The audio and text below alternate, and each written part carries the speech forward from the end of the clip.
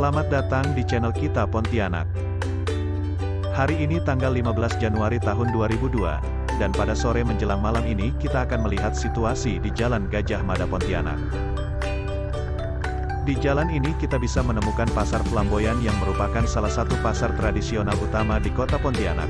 Jika kita bertanya di mana pasar tradisional yang ada di kota Pontianak, rata-rata jawabannya adalah pasar Flamboyan. Pasar Flamboyan Pontianak dibangun pada tahun 1991.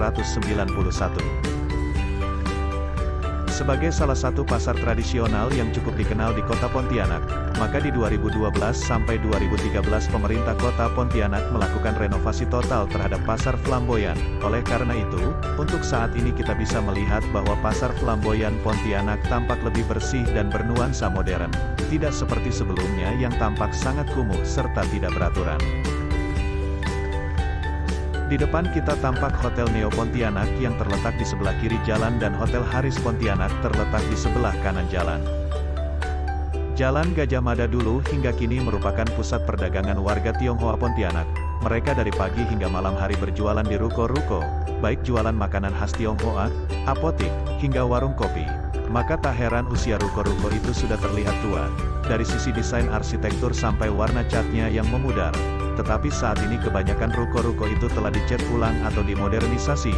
Jalan Gajah Mada juga menjadi penghubung jalan-jalan lainnya seperti Jalan Hijaz, Jalan Setiabudi, Jalan Siam, Jalan Ketapang, dan Jalan Veteran serta Jalan Suprapto yang bisa tembus ke Jalan Ayani. Padatnya pusat bisnis di Jalan Gajah Mada ini melebar hingga masuk ke jalan-jalan tadi. Maka tak heran pesatnya bisnis di Jalan Gajah Mada menggairahkan usaha perhotelan dan restoran hingga warung-warung kopi. Jalan Gajah Mada dulunya merupakan daerah yang belum berkembang dan masih merupakan jalan tanah. Masyarakat sekitarnya masih menggunakan perahu untuk transportasi hingga tahun 70-an. Kini telah berubah dan berkembang banyak hotel bertingkat berdiri di sana.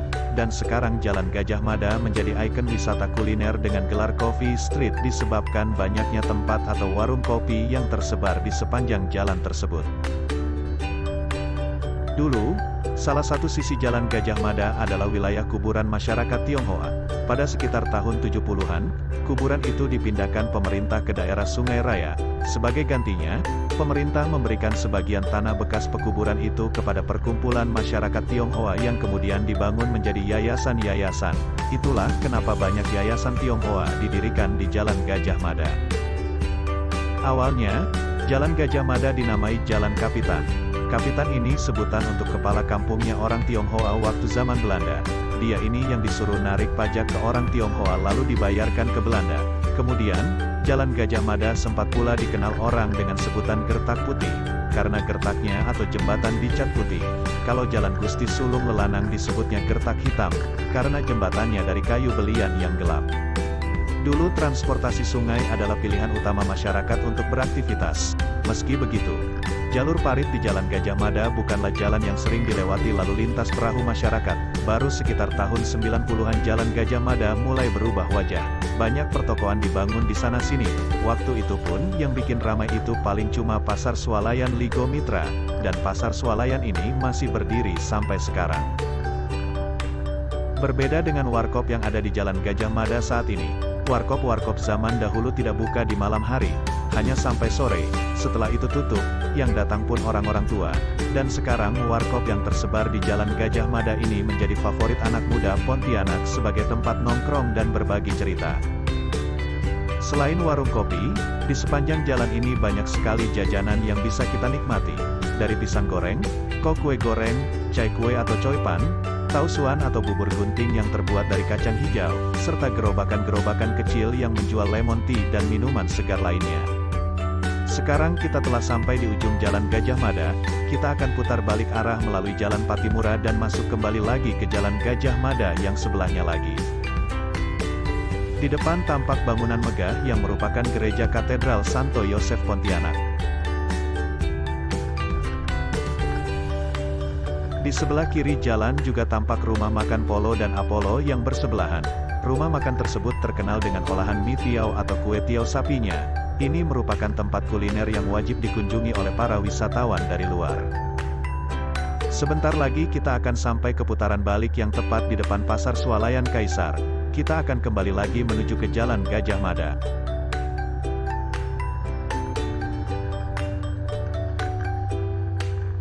Pasar Swalayan Kaisar ini merupakan salah satu pasar swalayan yang cukup ramai dan sering dikunjungi oleh masyarakat Pontianak, dan saat ini kita berada di Jalan Patimura. Beberapa saat lagi kita akan sampai di persimpangan lampu lalu lintas. Setelah melewati persimpangan tersebut, kita akan kembali lagi masuk ke Jalan Gajah Mada. Mari kita nikmati dan pantau kembali Jalan Gajah Mada dari arah sebaliknya.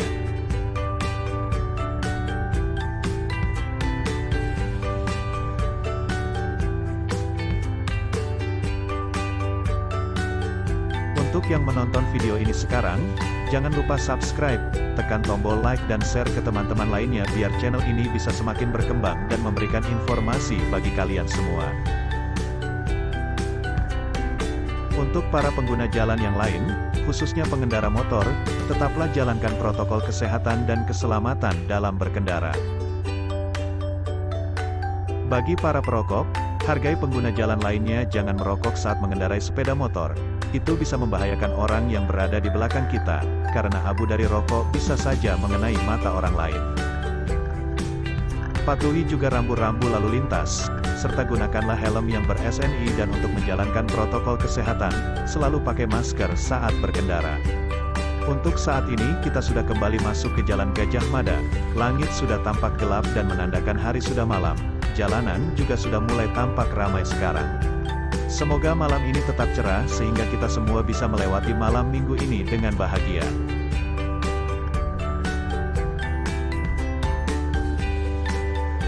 Eksistensi warkop di Pontianak, khususnya daerah Gajah Mada mulai merebak sekitar tahun 1996 atau akhir tahun 90-an.